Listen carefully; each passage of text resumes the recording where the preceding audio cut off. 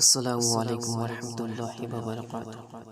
ناظرین، میں ہوں آپ کا مجبان محمد ms رضا، حاضر خدمت ہوں ایک اور نئے ویڈیو کے ساتھ۔ امید کرتا ہوں آپ سب خیریت سے ہوں گے۔ تو چلیے ناظرین، ویڈیو کو شروع کرتے ہیں۔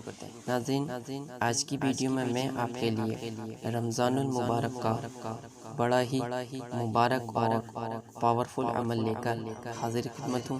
تو ناظرین، ویڈیو کو پورا دیکھیے گا۔ تو چلیے ناظرین، ویڈیو کو شروع کرتے ہیں۔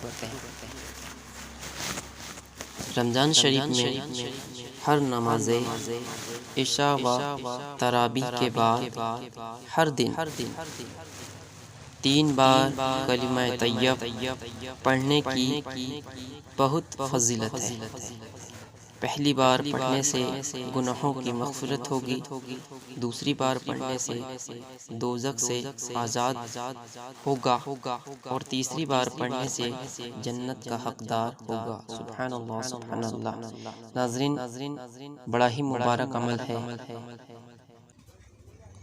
ناظرین، جیسا کہ کلمہ طیب جیسا کہ آپ موبائل کی اسکرین پر دیکھ رہے ہیں، بسم اللہ الرحمن الرحیم، لا الہ الا اللہ محمد رسول اللہ۔